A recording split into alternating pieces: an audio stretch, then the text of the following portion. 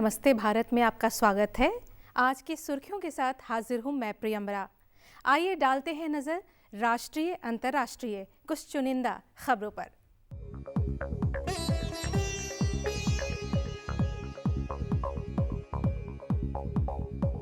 प्रधानमंत्री नरेंद्र मोदी आज आयुष्मान भारत योजना के तहत जम्मू एवं कश्मीर के लिए प्रधानमंत्री जन आरोग्य योजना सेहत की करेंगे शुरुआत। जम्मू कश्मीर के शोपिया के कैगांव इलाके में सुरक्षा बलों और आतंकवादियों के बीच एनकाउंटर, एक आतंकी ढेर। प्रधानमंत्री किसान सम्मान निधि योजना की 7वीं किस्त जारी, 9 करोड़ से ज्यादा किसानों को मिला फायदा। प्रधानमंत्री ने कहा, सरकार हर कदम पर किसानों के साथ, नकारे गए दल गुमराह कर रहे हैं। प्रधानमंत्री ने किसानों को आश्वस्त किया है कि उनके प्रधानमंत्री रहते किसानों का अहित नहीं हो सकता है। बंगाल के 70 लाख किसान योजना से वंचित। बंगाल के किसानों की इस योजना के लाभ से वंचित होने पर पीएम मोदी ने अफसोस जताते हुए कहा, राज्य के 70 लाख किसानों को इसका लाभ नहीं मिल पा रहा है। गृह मंत्री अमित शाह पूर्वोत्तर के 2 दिवसीय दौरे पर पहुंचे असम। केंद्रीय गृह मंत्री अमित शाह राज्य पार्टी कोर समिति और बोडोलैंड प्रादेशिक परिषद के नवनिर्वाचित सदस्यों से मुलाकात करेंगे और केंद्रीय गृह मंत्री शाह गुवाहाटी में 860 करोड़ रुपए की लागत से स्थापित होने वाले देश के सबसे बड़े मेडिकल कॉलेज और अस्पताल की आधारशिला भी रखेंगे। भारत में इस साल ज्यादा दिनों तक कड़ाके की ठंड। विश्व मौसम विज्ञान संगठन ने कहा, ला नीना की वजह से उत्तर भारत में इस साल ज्यादा दिनों तक कड़ाके की ठंड पड़ने की उम्मीद। कोविड-19 वैक्सीन ट्रेनिंग हुई पूरी। अगले हफ्ते पंजाब, आंध्र प्रदेश, असम, गुजरात में शुरू होगा ड्राई रन। कोरोना के अंत की शुरुआत, दुनिया के 11 मुल्कों में लगाया जा रहा कोविड-19 का टीका। भारत ब्राजील में अगले साल शुरुआत होगी टीकाकरण की।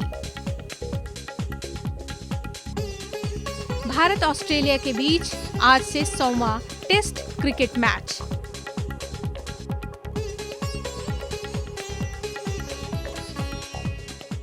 और अब डालते हैं नजर राज्यवार खबरों पर।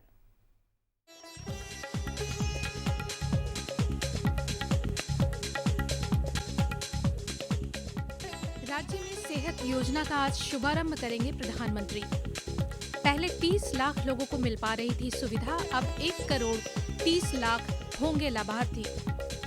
अब हर परिवार को 5 लाख रुपए का स्वास्थ्य बीमा कवर। मुख्यमंत्री ने रिज मैदान में वाजपेयी की जयंती पर उनकी प्रतिमा का किया अनावरण। पूर्व मुख्यमंत्री शांता कुमार और उनके परिवार के सदस्य कोरोना से संक्रमित। राज्य में 10 दिनों में कम हुए कोरोना के नए मामले, रिकवरी रेट भी बढ़ा। ड्राइंग टीचर के 816 पदों पर दोबारा भर्ती। 2006 के 15,000 आवेदकों को मौका। सुशासन दिवस पर तोहफा, भीम अवार्डियों को 5,000 रुपए हर महीने देगी सरकार। अन्य अवार्डियों का मानदेय बढ़ा। कल से बदलेगा मौसम, उत्तर हरियाणा में हल्की बारिश, पहाड़ों पर भारी बर्फबारी से बढ़ेगी ठंड।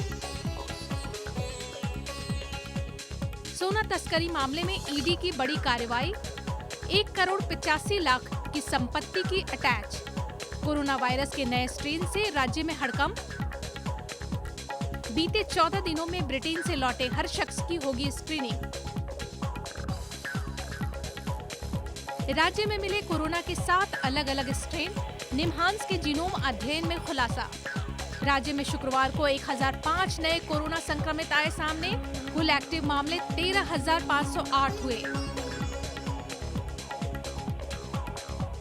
अयोध्या में राम मंदिर निर्माण के लिए गुजरात के 18,000 गांवों से धनराशि एकत्र करेगी विश्व हिंदू परिषद।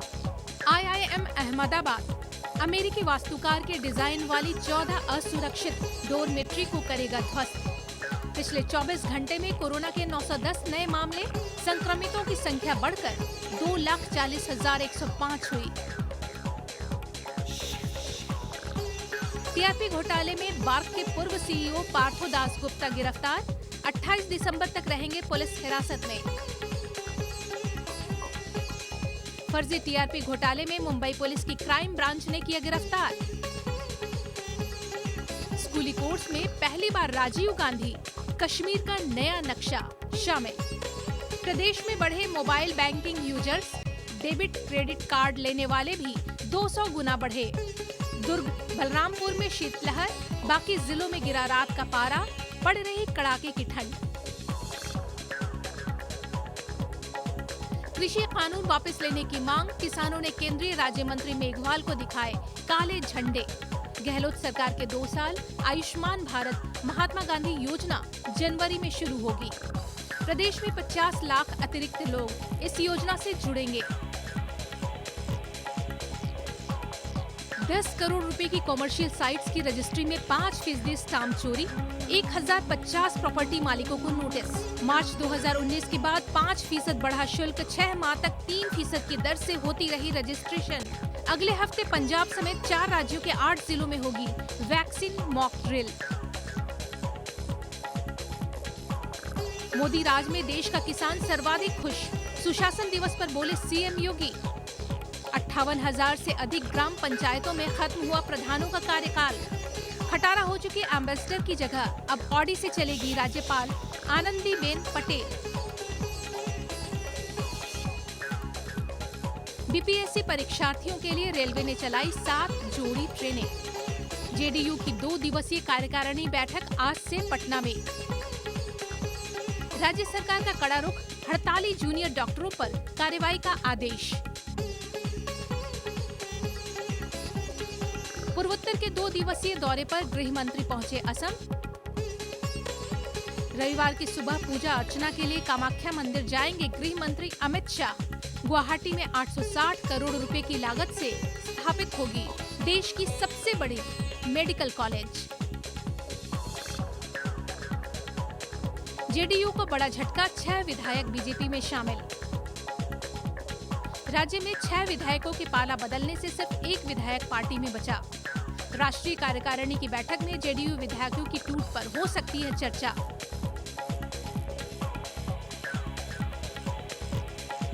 कृषि कानूनों को लेकर आम आदमी पार्टी का केंद्र सरकार पर हमला। कृषि कानून से फायदे कम, नुकसान ज्यादा, सीएम केजरीवाल। कोरोना के मामलों में पहले से बेहतर हुई दिल्ली, एक दिन में 758 पॉजिटिव केस। मुख्यमंत्री का बयान, नए कृषि कानूनों के बारे में किसानों को गुमराह किया जा रहा है। प्रदेश को कोरोना से मिली थोड़ी राहत, 468 नए केस आए सामने। सफल रहा प्रदेश का पहला टाइगर ट्रांसलोकेशन। अब खबरों के विश्लेषण के लिए आइए आपको छोड़े जाते हैं अपने सहयोगी सूरज मोहन झा के साथ।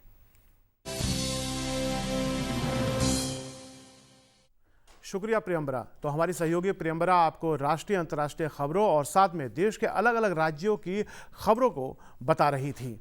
अब मैं सूरज मोहन झा आपको राष्ट्रीय और अंतर्राष्ट्रीय खबरों की अपने स्टूडियो में उपस्थित गेस्ट के साथ खबरों की समीक्षा करेंगे। और मैं आपको हमारे साथ जो स्टूडियो में उपस्थित हैं गेस्ट रोशन गौड़ जी, उनका स्वागत करूंगा। रोशन जी वरिष्ठ पत्रकार हैं और आज हम इनके साथ ही जो राष्ट्रीय और अंतर्राष्ट्रीय खबरें हैं उनकी समीक्षा करेंगे। लेकिन इन खबरों की समीक्षा से पहले हम देख लेते हैं प्रधानमंत्री नरेंद्र मोदी की आज और कल की गतिविधियों को लेकर ये रिपोर्ट।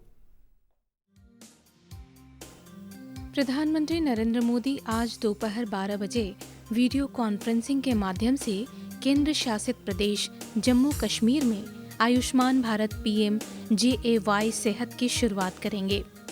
योजना में जम्मू एवं कश्मीर के सभी निवासियों को शामिल किया जाएगा। यह योजना सार्वभौमिक स्वास्थ्य कवरेज सुनिश्चित करेगी और वित्तीय जोखिम संरक्षण उपलब्ध कराने के साथ ही इसके जरिए सभी व्यक्तियों और समुदायों को गुणवत्तापूर्ण व सस्ती आवश्यक स्वास्थ्य सेवाएं सुनिश्चित की जाएंगी।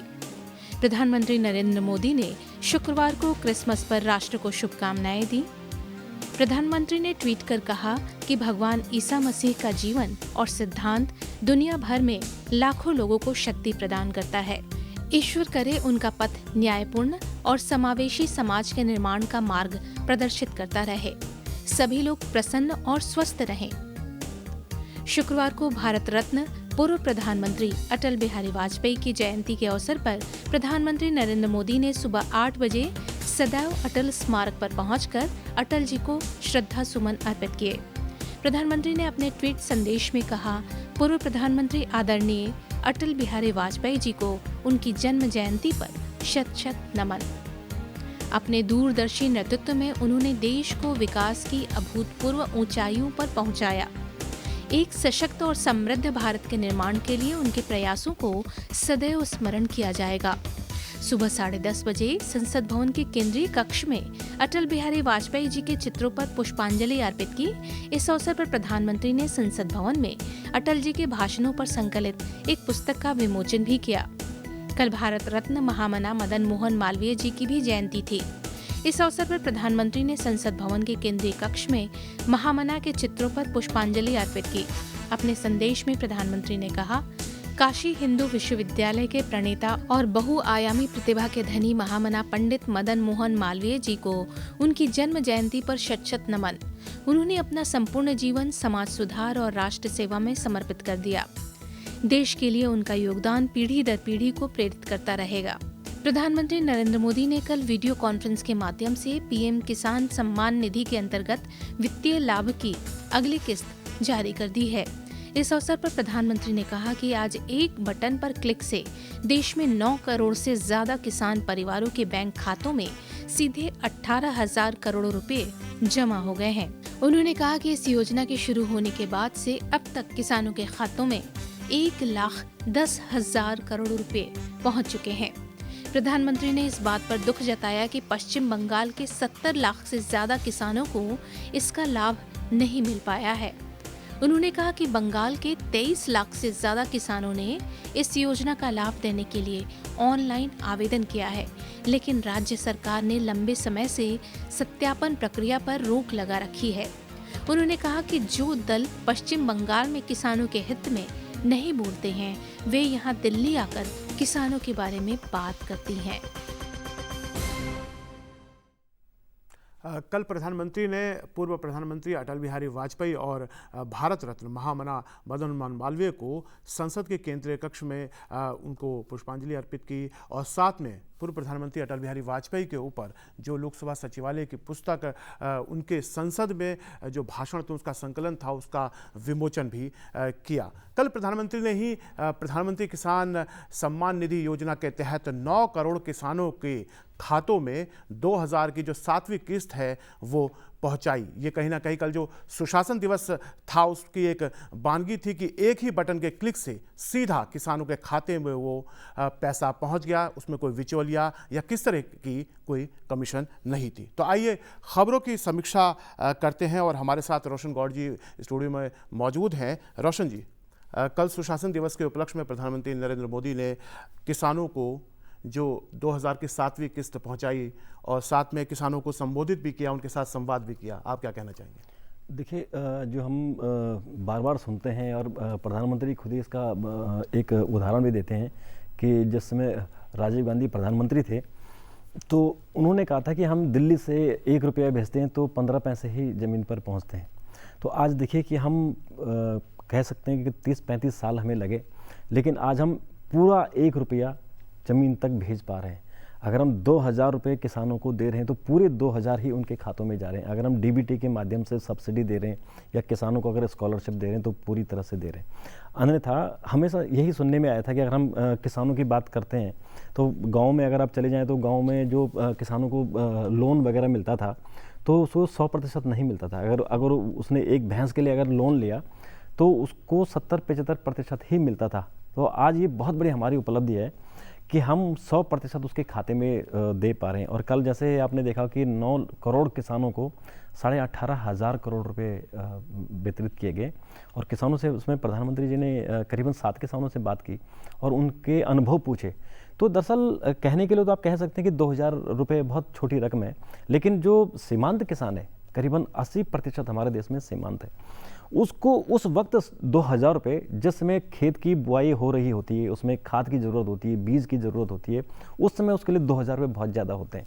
तो उन किसानों ने अपनी जो अनुभव थे वो प्रधानमंत्री को बताए, और प्रधानमंत्री ने जो इस मौके का फ़ायदा उठाया, और जो हमारे दिल्ली के आसपास पंजाब और हरियाणा के कुछ किसान बैठे हुए हैं, और वो बार बार लगभग 30 दिन हो गए, लगभग 1 महीना हो गया, और जब यहाँ से सरकार कह रही है कि हम आपकी हर बात को मानने को तैयार हैं, जो भी बात आपकी है, जो भी आपकी शंकाएं हैं। कल जैसे प्रधानमंत्री ने खुद अपने संबोधन में कहा कि जब से प्रधानमंत्री मोदी की सरकार बनी है वो किसानों को समर्पित सरकार है, और उनके प्रधानमंत्री रहते किसानों का हित नहीं हो सकता, और इसीलिए शायद जो किसान सम्मान निधि योजना की शुरुआत की गई, और जो उर्वरा और तमाम तरह की, और जो पहले खाद को लेकर इतनी नीम कोटिंग उसको लेकर इतनी मशक्क़त करनी पड़ती थी किसानों को, वो सब जो उनकी बाधाएं दूर हुई।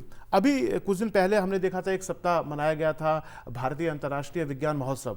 उसमें प्रधानमंत्री मोदी ने कहा था कि तकनीक का इस्तेमाल और विज्ञान का इस्तेमाल तभी संभव हो सकता है, सफल हो सकता है, जब उसका फायदा आम आदमी को मिले।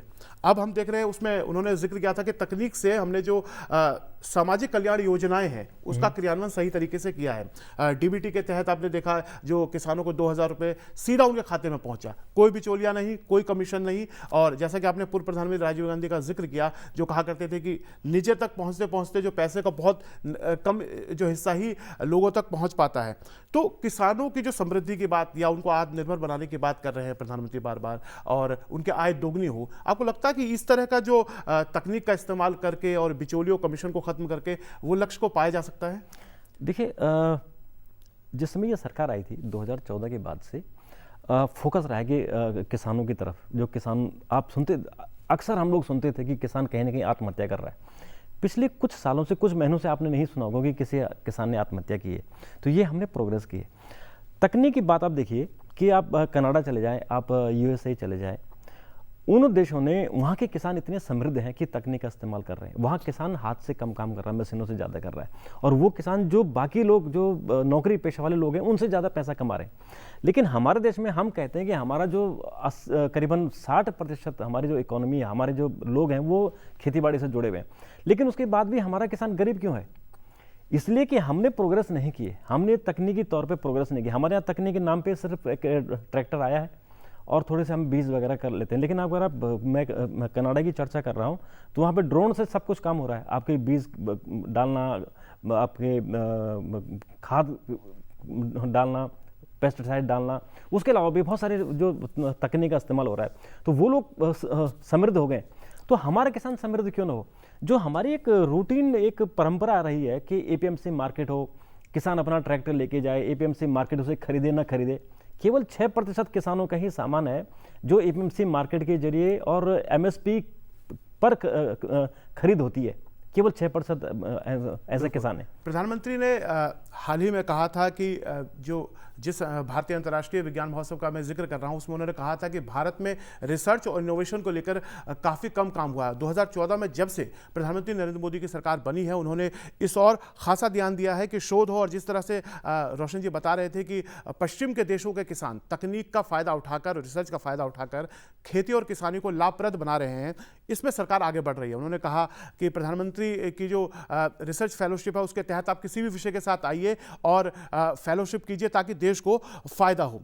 कल प्रधानमंत्री मोदी ने प्रधानमंत्री किसान सम्मान निधि योजना की किस्त जारी करने के बाद जो किसानों को संबोधित किया, उसमें उन्होंने किसानों को आश्वस्त किया कि जब तक वो प्रधानमंत्री हैं किसानों का हित नहीं हो सकता है। उन्होंने MSP के तहत जो जितने तरह के भ्रम हैं उसको भी दूर करने की कोशिश की और कहा कि विपक्ष में जो सांसद या दल बैठे हैं जो जनता के द्वारा नकारे गए हैं, वो अब राजनीतिक लाभ के लिए इस तरह के मुद्दे को उठा रहे हैं और किसानों को भ्रमित कर रहे हैं। रोशन जी, अगर हम MSP की बात करें तो एक आंकड़ा अभी जो ताज़ा आया है कि धान की जो खरीद हुई है वो 25% पिछले साल से ज़्यादा हुई है और अच्छी खासी रकम दी गई है। साथ में पंजाब के जो किसान हम देख रहे हैं जो अभी धरना प्रदर्शन कर रहे हैं, उसमें एक बहुत बड़ा जो हिस्सा है वो पंजाब के किसानों का, हरियाणा के किसानों का है।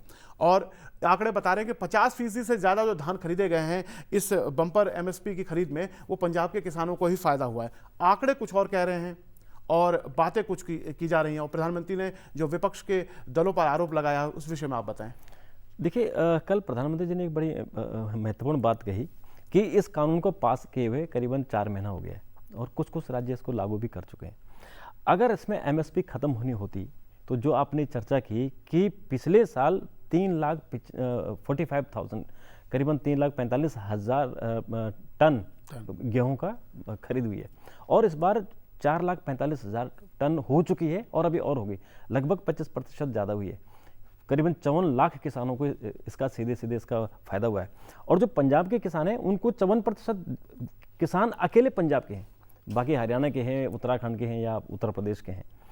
तो लोगों को लगातार इसका फायदा मिल रहा है। तो ये जो भ्रम की स्थिति है कि आप देखिए कि हम पिछली बार भी इसकी हम लोगों ने चर्चा की थी कि 2005 से एक प्रपोजल चला कि केवल APMC मार्केट नहीं होनी चाहिए, APMC मार्केट के बंधन को किसानों को मुक्त करना चाहिए। 2005 की जो यात्रा थी वो नीति आयोग ने, जो उस समय के प्लानिंग कमीशन था, उसने रिकमेंडेशन किया और उसमें कांग्रेस की ही सरकार थी, कांग्रेस के मुख्यमंत्री उसमें मेंबर थे। उनकी रिकमेंडेशन के बाद अगर आज उसको अमली जामा पहनाया गया तो वही लोग जो उसे इम्प्लीमेंट करना चाहते थे आज उसका विरोध कर रहे हैं। तो ये विरोध बेसिकली राजनीतिक विरोध है। और आपने देखा होगा कि जो किसान नेता हैं उसमें बहुत सारे लोग ऐसे हैं जो किसी न किसी पॉलिटिकल पार्टी से चुनाव लड़ चुके हैं। तो दरअसल ये किसानों को बरगलाने वाली बात हो रही है। और एक जो आंकड़ा प्रधानमंत्री जी ने कल अपने संबोधन में कहा कि जो मंडियों की इतनी सारी बातें हो रही हैं और जो किसानों के इस आंदोलन को इस समय नेतृत्व प्रदान कर रहे हैं ज़्यादातर जो वामपंथी, और जैसा आपने जिक्र किया कुछ तो चुनाव लड़ चुके हैं उसमें और जनता के द्वारा नकारे जा चुके हैं, और ऐसे नेताओं के हाथ में ही हम देख रहे हैं जो टीवी के सामने जब वो आते हैं तो उनके चेहरे होते हैं। मंडी को लेकर बात होती है, प्रधानमंत्री मोदी ने केरल का जिक्र किया कि आप यहां तो किसानों को कह रहे हैं कि मंडियां खत्म कर दी जाएगी, जबकि इन तीनों कानूनों में कहीं भी मंडी को खत्म करने का जिक्र नहीं है, बल्कि किसानों को एक विकल्प दिया गया है कि अगर आपको अच्छी कीमत बाहर मिलती है तो वो विकल्प आपके पास मौजूद है।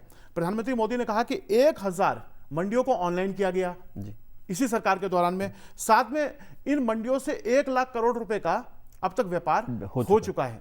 तो ये दोहरा रवैया जो हम देखने को मिल रहा है कि जो आपके अपने राज्य हैं, जहां आपकी अपनी सरकारें हैं, जहां आप बात कर रहे हैं वहां आप मंडियों की बात नहीं करते, और जहां आपकी सरकार नहीं है या आपको लगता है कि अब केंद्र में एक प्रभावी और लोकप्रिय चेहरा है तो उसे किस तरह से अलोकप्रिय बनाया जाए, तो इस तरह के मुद्दों को पकड़ा जा रहा है। देखिए, इस देश में राजनीतिक विरोध तो होता ही रहता है, और जो किसान यूनियन है उसमें जो सबसे बड़ी यूनियन है वो इसमें वामपंथियों की है।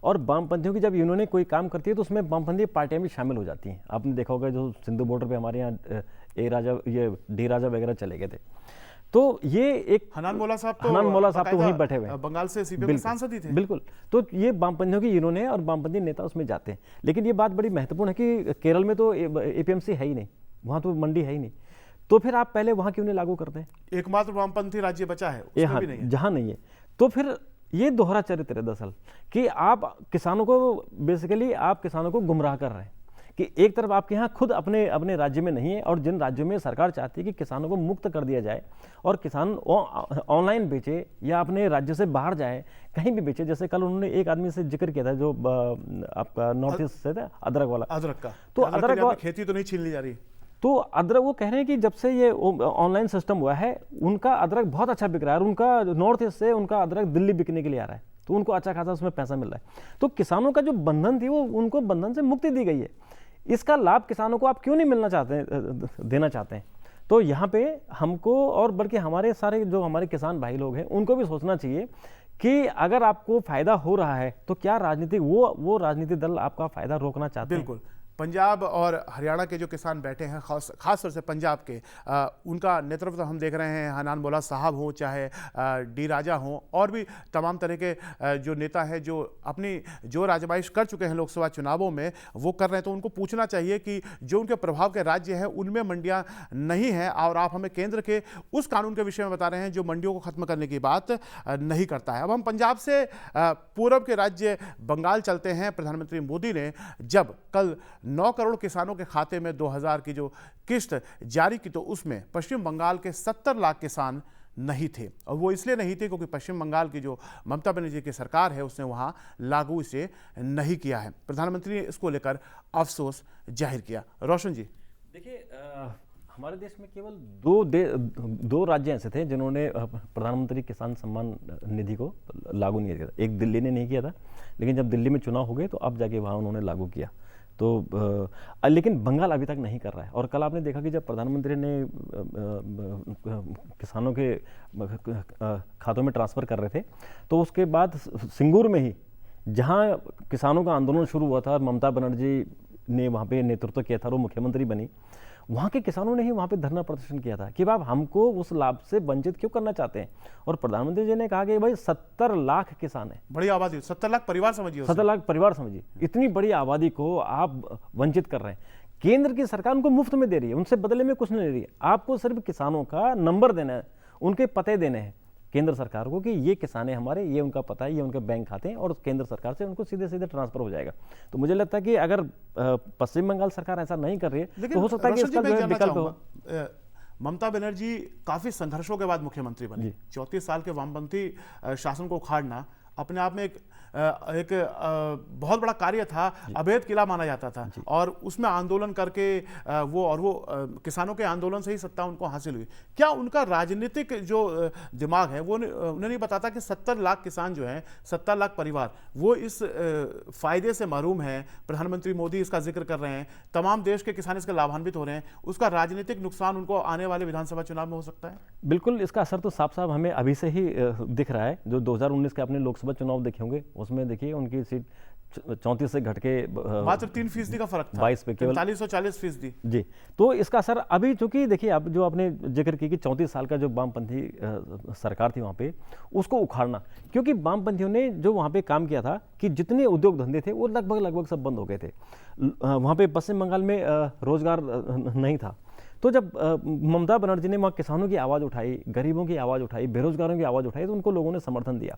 और अब वही उनके साथ हो रहा है कि उनके 10 साल के शासन में वहाँ पे जो रोजगार थे वो खत्म हो चुके हैं, किसानों को लाभ नहीं मिल रहा है, और जो वहाँ पे कुछ उद्योगपति आना चाहते थे वो डर के मारे वापस चले गए। जैसे आपने सिंगूर का हमने लोगों ने जिक्र किया, अगर वहाँ पे नैनो की फैक्ट्री लगती तो आप सोचिए कि कितने हजारों लोगों को वहाँ पे रोजगार मिलता। तो उनके राज में कोई वहाँ उद्योगपति भी नहीं आया। बिल्कुल, तो इसका नुकसान सीधे सीधे उनको विधानसभा चुनाव में होने वाला है। बिल्कुल, बंगाल में जब कहते हैं वामपंथियों का शासन या खासकर सीपीएम का राज आया था, तो उसमें भी एक बड़ी वजह भूमि सुधार को कहा गया था। उसके बाद 34 साल की उनकी जब सत्ता उखड़ी थी नंदीग्राम सिंगूर से, तो वो भी जमीन से जुड़ा हुआ ही मामला था। और अब जो किसान सम्मान निधि योजना के तहत 70 लाख किसानों को इस योजना से लाभ नहीं मिल रहा है, तो क्या वो भी एक वजह हो सकती है बंगाल में राजनीतिक परिवर्तन की? ये आने वाला समय बताएगा। रोशन जी आगे बढ़ते हैं। कल सुशासन दिवस था और हमने देखा संसद के केंद्रीय कक्ष में प्रधानमंत्री नरेंद्र मोदी, लोकसभा अध्यक्ष ओम बिरला सहित कई गणमान्य व्यक्ति, विपक्ष के नेता भी वहाँ थे। उन सभी ने अटल बिहारी वाजपेयी, पूर्व प्रधानमंत्री, भारत रत्न और भारत रत्न महामना मदन मोहन मालवीय के चित्र को पुष्पांजलि की, उन्हें सम्मान प्रकट किया उनके लिए। और साथ में पूर्व प्रधानमंत्री अटल बिहारी वाजपेयी के ऊपर जो लोकसभा सचिवालय ने एक पुस्तक प्रकाशित की है, संसद में अटल बिहारी वाजपेयी एक स्मृति खंड। अटल बिहारी वाजपेयी एक प्रभावी सांसद थे, प्रधानमंत्री के तौर पे सब जानते हैं, कवि थे, उनके भाषण बड़े लोकप्रिय रहे और उसे एक किताबों के संकलन में उतारा गया है। मैं आपसे इस विषय पे बात करूंगा, उससे पहले हमारी लोकसभा टेलीविजन ने इस पे एक रिपोर्ट बनाई है। आइए उस रिपोर्ट को हम पहले देख लेते हैं।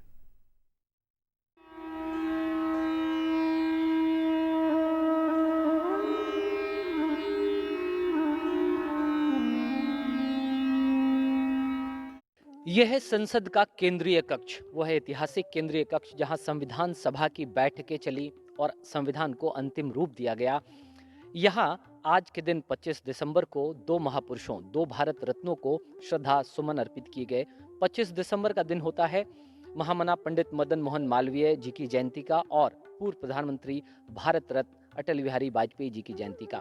मेरे पीछे आप देख सकते हैं पूर्व प्रधानमंत्री का तैल चित्र। और आज इस केंद्रीय कक्ष में इन 2 महापुरुषों को श्रद्धा सुमन अर्पित किया गया। लोकसभा अध्यक्ष ओम बिरला, प्रधानमंत्री नरेंद्र मोदी, लोकसभा में कांग्रेस संसदीय दल के नेता अधीर रंजन चौधरी, राज्यसभा में नेता प्रतिपक्ष गुलाम नबी आज़ाद, वरिष्ठ सांसद मुलायम सिंह यादव और तमाम गणमान्य लोगों ने, सांसदों ने, पूर्व सांसदों ने आज इन दो महापुरुषों को अपने श्रद्धा सुमन अर्पित किए। ये दो ऐसे महापुरुष जिन्होंने देश की राजनीति को एक दिशा दी, एक उदाहरण प्रस्तुत किया और देश सेवा में अपना जीवन लगा देने की प्रेरणा दी। और पंडित मदन मोहन मालवीय और स्वतंत्रता संग्राम में बहुत बड़ी भूमिका निभाने वाले एक युग प्रवर्तक, और दोनों ही लोग ऐसे जिन्होंने पत्रकारिता में भी एक उल्लेखनीय योगदान दिया, एक विशिष्ट वक्ता रहे, प्रभावी भाषणकर्ता रहे। और आज उन दोनों ही लोगों को इस संसद के केंद्रीय कक्ष में श्रद्धांजलि अर्पित की गई। और इसके साथ ही आज का दिन विशिष्ट रूप से इस केंद्रीय कक्ष में पूर्व प्रधानमंत्री अटल बिहारी वाजपेयी जी के संसद में दिए गए भाषणों के ऊपर आधारित एक पुस्तक, उसका संकलन भी आज, उसका भी विमोचन प्रधानमंत्री जी के कर कमलों से और लोकसभा अध्यक्ष के कर कमलों से हुआ इसी केंद्रीय कक्ष में। और ये पुस्तक आप देख सकते हैं, अटल बिहारी वाजपेयी इन पार्लियामेंट, एक कमेमोरेटिव वॉल्यूम। अटल बिहारी वाजपेयी जी का जीवन एक लंबा, राजनीति में लंबा कार्यकाल, लगभग 50 वर्षों का कार्यकाल। 1957 में वो पहली बार संसद में चुनकर आए और उसके बाद से लगातार उन्होंने इस संसद का वो हिस्सा रहे और 2005 में उन्होंने सक्रिय राजनीति से संन्यास लिया। एक लंबा कार्यकाल। जनसंघ की स्थापना हुई तो उसमें फाउंडर मेंबर की तरह वो थे, श्यामा प्रसाद मुखर्जी जी के एक शिष्य के रूप में। और 1992 में उन्हें पद्म विभूषण से सम्मानित किया गया। 1994 में उन्हें उत्कृष्ट सांसद सम्मान से सम्मानित किया गया और फिर भारत रत्न भी उन्हें मिला। और भारतीय जनता पार्टी की जब स्थापना हुई तो उसके भी वो अध्यक्ष रहे और इस तरह से एक लंबा कार्यकाल। और बीजेपी के स्थापना से पूर्व जनसंघ के कार्यकाल में वो विदेश मंत्री भी रहे। 1996 से लेकर 2004 के बीच 3 बार प्रधानमंत्री बनने का उनको अवसर मिला और देश की राजनीति को नीति नियमों में उन्होंने एक उदाहरण प्रस्तुत किया। सभी के हृदय पर राज करने वाले एक कवि के रूप में उनकी पहचान हुई। और इस पुस्तक में अलग अलग अवसरों पर, अलग अलग मुद्दों पर संसद में दिए गए उनके भाषणों का संकलन है। संसद से इतर भी संयुक्त राष्ट्र में जो पहली बार उन्होंने हिंदी में भाषण दिया उसका भी संकलन है। और इस पुस्तक की सबसे बड़ी विशेषता है उनके दुर्लभ चित्र। ग्वालियर में जिस शिशु मंदिर में उनकी पढ़ाई हुई, जिस विक्टोरिया कॉलेज में उनकी पढ़ाई हुई, वो दुर्लभ चित्र भी है। उनके माता पिता का भी चित्र है। जनसंघ की स्थापना के समय का उनका चित्र है। और अलग अलग अवसरों पर उन्हें जब उत्कृष्ट सम्मान, सांसद सम्मान दिया गया, उस अवसर का चित्र है। और इस तरह से बड़े दुर्लभ चित्रों के साथ इस पुस्तक का संकलन लोकसभा सचिवालय की तरफ से किया गया है। और इस मौके पर आज जब संसद के केंद्रीय कक्ष में इस पुस्तक का विमोचन हुआ तो ये भी एक ऐतिहासिक अवसर हो गया। संसद के इस केंद्रीय कक्ष में न जाने कितनी बार प्रधानमंत्री के रूप में और सांसद के रूप में अलग अलग कार्यक्रमों में अटल बिहारी वाजपेयी जी ने यहाँ वो उपस्थित रहे। और इसी संसद के केंद्रीय कक्ष का एक ऐसा भी चित्र इस पुस्तक में है जिसमें पूर्व प्रधानमंत्री अटल बिहारी वाजपेयी श्यामा प्रसाद मुखर्जी जी के चित्र पर पुष्पांजलि अर्पित कर रहे हैं। और इस दृष्टि से यह पुस्तक बड़ी ही अनमोल पुस्तक हो जाती है।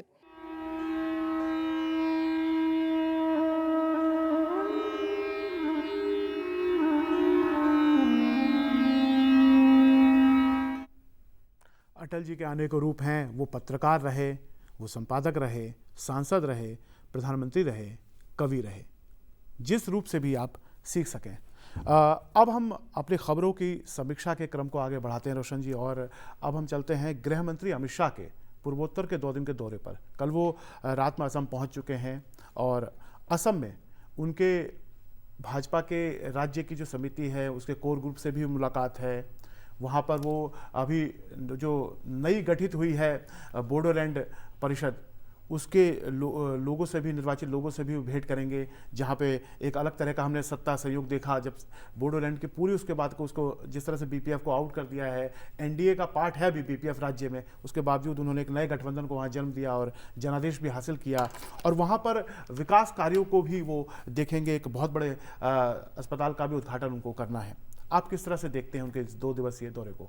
देखिए, अभी तक हमारे यहाँ जो एक परंपरा थी कि नॉर्थ ईस्ट को इग्नोर किया जाता था, लेकिन इस सरकार ने नॉर्थ ईस्ट पे फोकस किया और सरकारी जो स्कीमें हैं उनमें 10% जो कोई भी मंत्रालय उनको 10% अपने खर्चे का नॉर्थ ईस्ट को खर्चा करना है।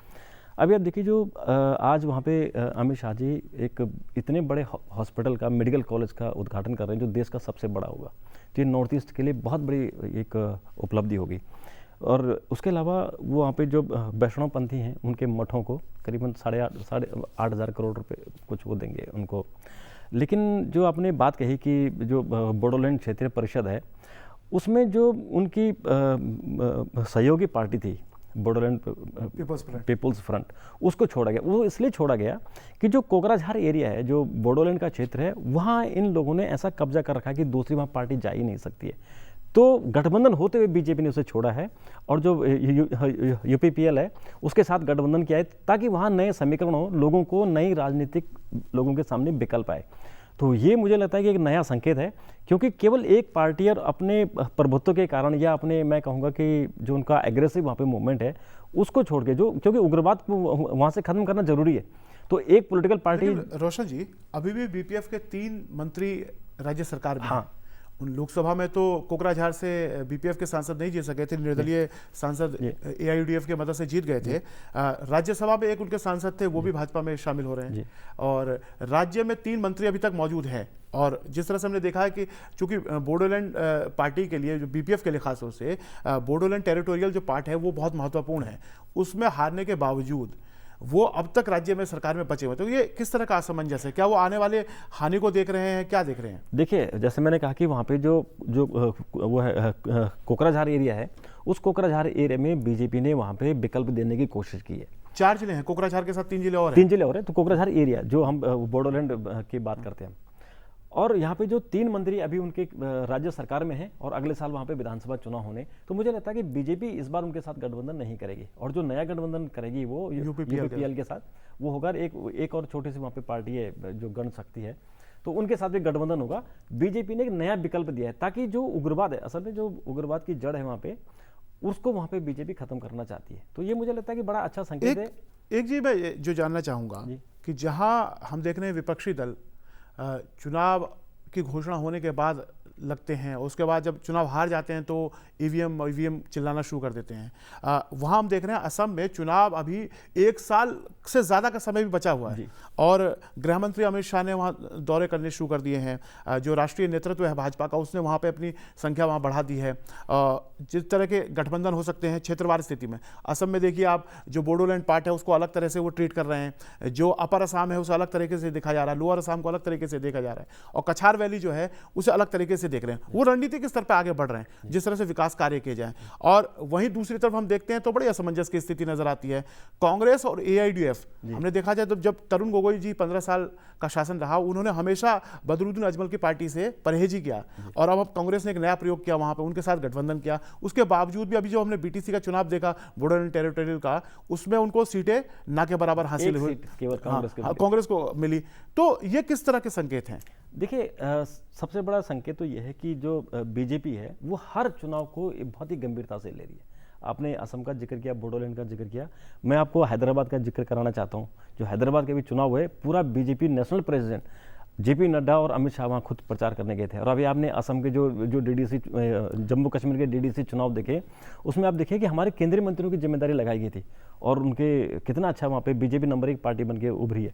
तो बीजेपी हर चुनाव को, चाहे वो पंचायत स्तर के चुनाव हो, उसको बहुत ही गंभीरता से ले रही है। और अभी बंगाल में विधानसभा चुनाव की घोषणा नहीं हुई है, लेकिन कितनी गंभीरता से वहाँ पे बीजेपी ने तैयारी शुरू कर दी है। गुजरात तो यही असम में देखिए, गुजरात चुनाव की भी अभी घोषणा नहीं हुई है, अभी बहुत तैयारी दूर शुरू हो गई, और उसके पन्ना प्रमुख गृह मंत्री अमित शाह बन चुके हैं। और असम में अभी लगभग 1 साल से ज्यादा समय है, और वहाँ पे राज्य इकाई से आज वहाँ पे कोर कमेटी की मीटिंग होगी, वहाँ पे एक जनसभा होगी, और उसके बाद वो फिर मणिपुर चले जाएंगे। तो ये देखिए कि वो अपनी जो सरकारी काम कर रहे हैं, वहाँ पे सबसे बड़ा हॉस्पिटल दे रहे हैं, मेडिकल कॉलेज दे रहे हैं, पुलिस हेडक्वार्टर दे रहे हैं, उसके साथ साथ अपनी जो राजनीतिक गतिविधियां हैं उनको वहाँ पे गति दे रहे हैं। तो ये मुझे लगता है कि किसी भी पॉलिटिकल पार्टी के लिए ये अच्छी बात है कि आप केवल चुनाव के समय ही लोगों के पास न जाएं, हमेशा लोगों के साथ रहें, ताकि लोग आपको महसूस करें कि ये हमारे हितैषी हैं, हमारे साथ हैं। तो वो मुझे लगता है कि ये बहुत बड़ा एग्जाम्पल है। बिल्कुल, रोशन जी ने जिस तरह से जिक्र किया कि न केवल असम, हमने अभी हैदराबाद के म्यूनिसिपल कॉर्पोरेशन के चुनाव में भी देखा था कि जिस तरह से भारतीय जनता पार्टी जो पूरी तरह से झोंक देती है अपनी ताकत को, और वो चाहे स्थानीय चुनाव हो, चाहे नगर निकाय के चुनाव हो, या फिर 1-2 साल बाद आने वाले विधानसभा के चुनाव हो, उसको लेकर वो अपनी तैयारियां पहले से शुरू कर देती हैं। और विपक्ष वही जो अपनी तैयारी नहीं कर पाता लेकिन बाद में ईवीएम का रोना कर देते हैं। अब हम खबरें को, सिलसिले को असम से जम्मू कश्मीर की तरफ ले जाते हैं, अपने देश के ताज की तरफ ले जाते हैं। और हमने देखा जब से 370 हटा है उसके बाद से हम देख रहे हैं काफ़ी सकारात्मक बदलाव हमें जम्मू कश्मीर के केंद्र शासित प्रदेश में देखने को मिल रहा है। हम वहाँ देख रहे हैं जिस तरह से वारदातों में कमी आई है, हिंसा में कमी आई, पत्थरबाजी की घटनाएं नगण्य हो गई हैं, और लोकतंत्र जिस तरह से मजबूत हुआ है। हमें आपने डीडीसी का जिक्र किया कि जहाँ पर घाटी में 10 से 12% पे ही चुनाव जीता जाता था, लोकसभा या विधानसभा लोग पहुँच जाते थे, वहाँ 50-60% के करीब जनता का मतदान होता है और वो लोकतंत्र के प्रति अपनी आस्था को प्रकट करते हैं। अब उसी कड़ी में प्रधानमंत्री मोदी आयुष्मान भारत योजना, जिसका लाभ करोड़ों भारतीय उठा रहे हैं, उसकी शुरुआत अब वहाँ पर जम्मू कश्मीर में आज करने जा रहे हैं, जिससे वहाँ के लाखों लोगों को फायदा होने जा रहा है। रोशन जी, देखिए, जब अनुच्छेद 370 था तो वहाँ पे देश के जितने हमारे कानून हैं वो लागू नहीं होते थे, वो एक बंधन था। तो 370 से वो बंधन टूटा और तब से लेके लगभग 1 साल हो गया। 1 साल में 140 से अधिक कानून थे जो वहाँ लागू नहीं होते थे, वो लागू हो गए और उन लोगों को उसका फायदा हो गया। जैसे कि रिजर्वेशन है, वहाँ रिजर्वेशन नहीं मिलता था, तो अभी वहाँ रिजर्वेशन लागू हो गया। अभी वहाँ जो हमारा आयुष्मान भारत योजना थी वो लागू नहीं होती थी। अब आयुष्मान भारत योजना गरीबों को 5 लाख रुपए का बीमा देती थी, इसको लागू करने में क्या दिक्कत है? तो आज उसकी सेहत नाम से, वहाँ नाम अलग है, सेहत नाम से उसकी शुरुआत हो रही है। और उस शुरुआत में मुझे लगता है कि जम्मू कश्मीर के लगभग सभी लोग उसमें शामिल हो रहे हैं। तो ये 370 हटने का एक और अच्छा वहाँ पे उदाहरण मिलेगा। और जो डीडीसी की आपने बात की कि करीबन 60% वहाँ पे वोट हुए हैं, कहीं कहीं पे 200-300 के आसपास हुए हैं, लेकिन कमोवेश वहाँ पे 50 से 60% के बीच वहाँ पे वोटिंग रही है। संसदीय लोकतंत्र की सफलता का पैमाना ही चुनावों में जो जनता की भागीदारी होती है उससे होता है। हमेशा बहाना लगाया जाता था कश्मीर को लेकर अंतर्राष्ट्रीय समुदाय के बीच में कि देखिए वहाँ पे लोगों की जो जनभागीदारी है चुनावों को लेकर या संसदीय लोकतंत्र को लेकर वो नगण्य है, बहुत कम है, और कहीं ना कहीं हम उसको लेकर कमजोर हो जाते थे। लेकिन वर्तमान में डीडीसी का जो चुनाव हुआ हमने देखा उसमें जिस तरह से, और खासतौर से घाटी के मतदाताओं ने, उन्होंने उस भ्रम को तोड़ा है कि घाटी के लोग भारतीय लोकतंत्र या संसदीय लोकतंत्र में अपनी भावना को व्यक्त नहीं करते। जी, केवल जो लोग सोचते थे कि ये अलगाववादी हैं, ये केवल पाकिस्तान प्रेमी में, ऐसा नहीं है। कुछ लोग हैं जो पाकिस्तान सपोर्टर हैं और उन्होंने गुमराह कर रखा है। तो लोग वो जो कुछ लोग हैं उनके बहकावे से बाहर निकलना चाहते हैं।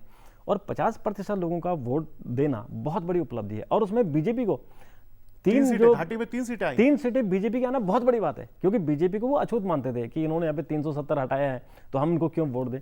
तो मुझे लगता है कि, और करीबन 35 सीटें ऐसी थी, 3 तो जीते लेकिन 35 ऐसी थी जो बहुत मार्जिन से वो लोग हारे हैं। घाटी के प्रमुख दल जो थे, जो गुपकार, जिन्होंने एक अलायंस बनाया है, उन्होंने कहा था कि 370 हटने के बाद तिरंगा उठाने वाला भी कश्मीर घाटी में कोई नहीं रहेगा। अब देखिए तिरंगा भी लहरा रहा है, संसदीय लोकतंत्र का परचम भी लहरा रहा है, और जनता की भागीदारी वो भी दिखाती है। चाहे जीते कोई भी, लेकिन जनता भारत के संसदीय लोकतंत्र में, चुनावी प्रणाली में विश्वास अपना व्यक्त कर रही है।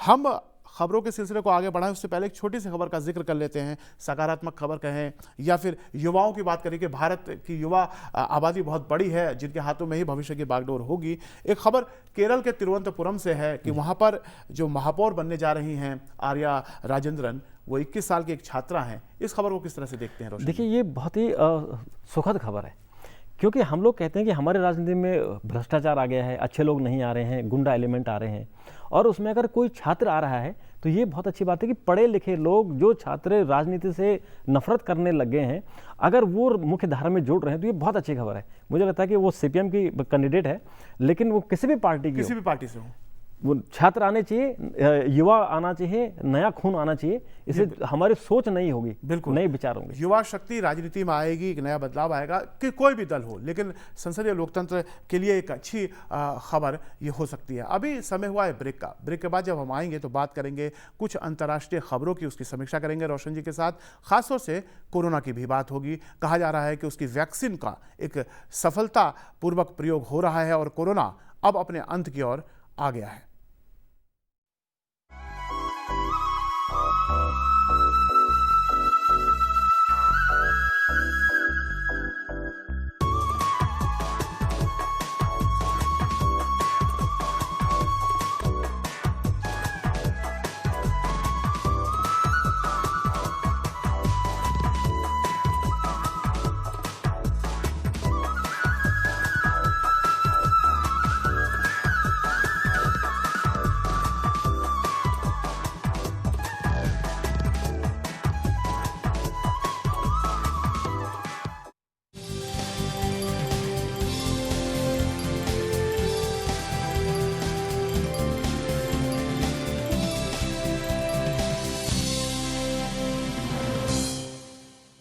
ब्रेक के बाद नमस्ते भारत में आपका स्वागत है। अब राष्ट्रीय खबरों के बाद अब हम अंतर्राष्ट्रीय खबरों की समीक्षा के अपने क्रम को आगे बढ़ाते हैं। और कोरोना एक वैश्विक महामारी है जिससे कि भारत ही नहीं बल्कि पूरा विश्व त्रस्त था। और अब एक सुखद खबर आ रही है कि कोरोना का अंत संभव है, क्योंकि विश्व के कई देशों में वैक्सीन का सफल प्रयोग हो रहा है। और भारत के संदर्भ में भी सोमवार से इसका ट्रायल कुछ राज्यों में शुरू हो जाएगा। रोशन जी, देखिए, करीबन पूरे दुनिया का हम चर्चा करें तो 8 करोड़ लोग इसके संक्रमित हुए हैं और लगभग 2 करोड़ करीबन इसमें जो आपने बात की कि इसका खात्मा होने वाला है, इसका हम इसलिए जिक्र कर रहे हैं। लगभग 8 देशों में टीकाकरण शुरू हो गया है और यूएसए में करीबन 6 लाख लोगों पे लग चुका है, ब्रिटेन में लग चुका है, वो सेकेंड स्ट्रेन आ चुका है।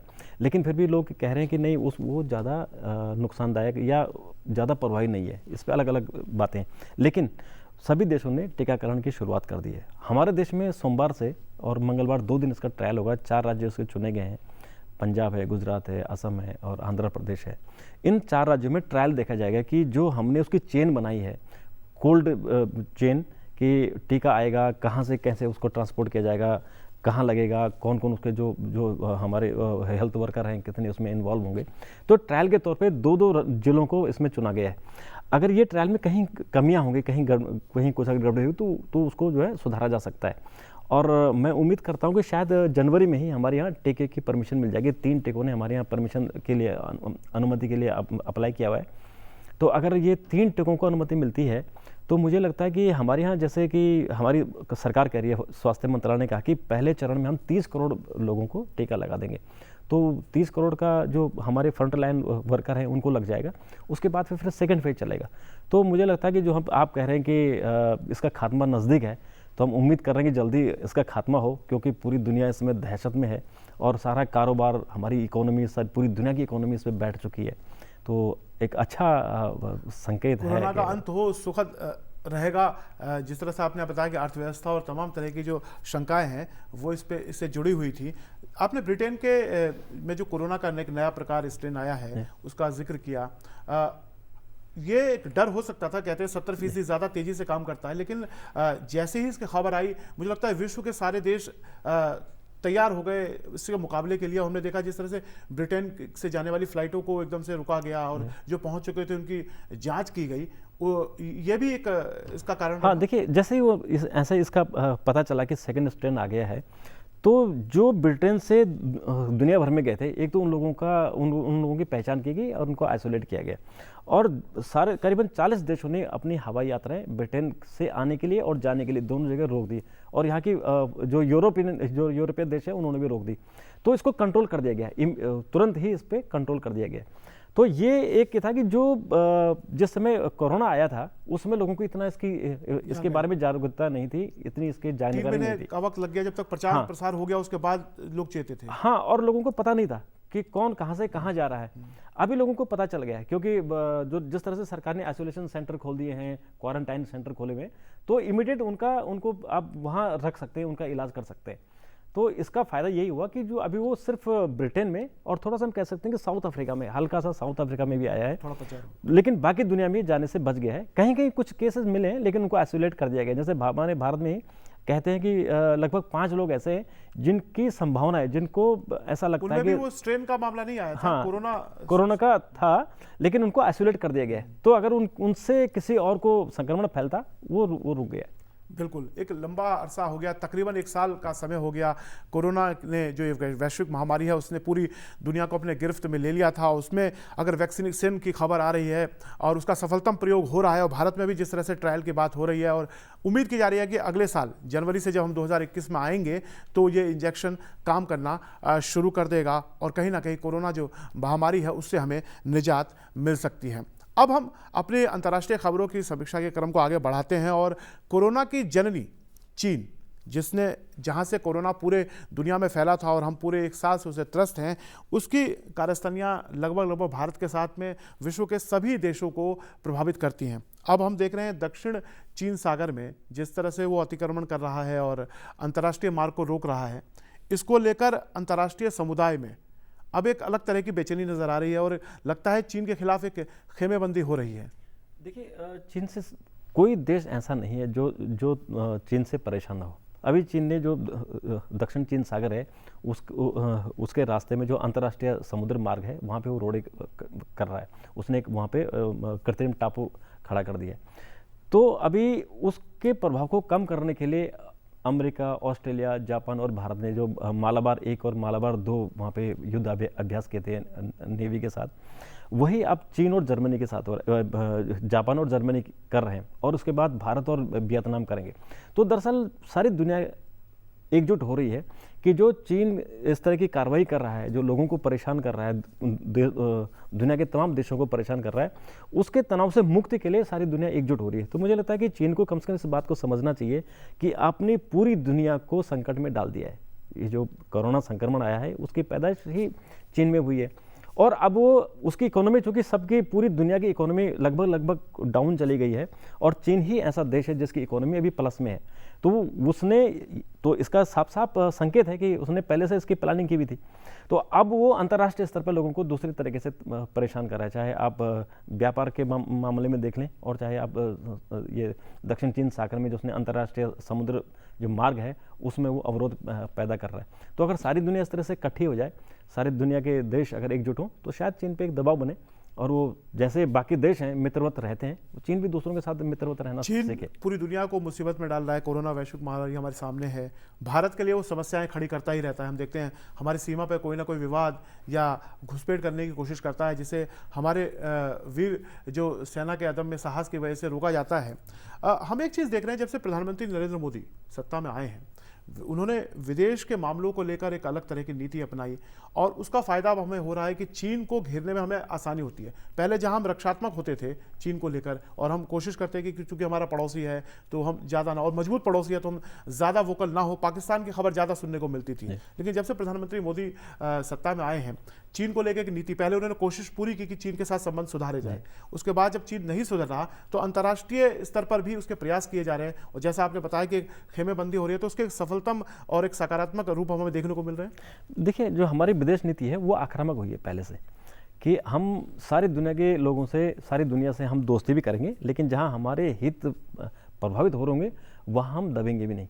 जिस समय डोकलाम हुआ था, तो डोकलाम में सबको, पूरी दुनिया को लग रहा था कि अभी भारत पीछे हटेगा और चीन का अपर हैंड रहेगा। लेकिन देखिए, हमने करीबन 70 दिनों के संघर्ष में चीन को पीछे हटने को मजबूर किया।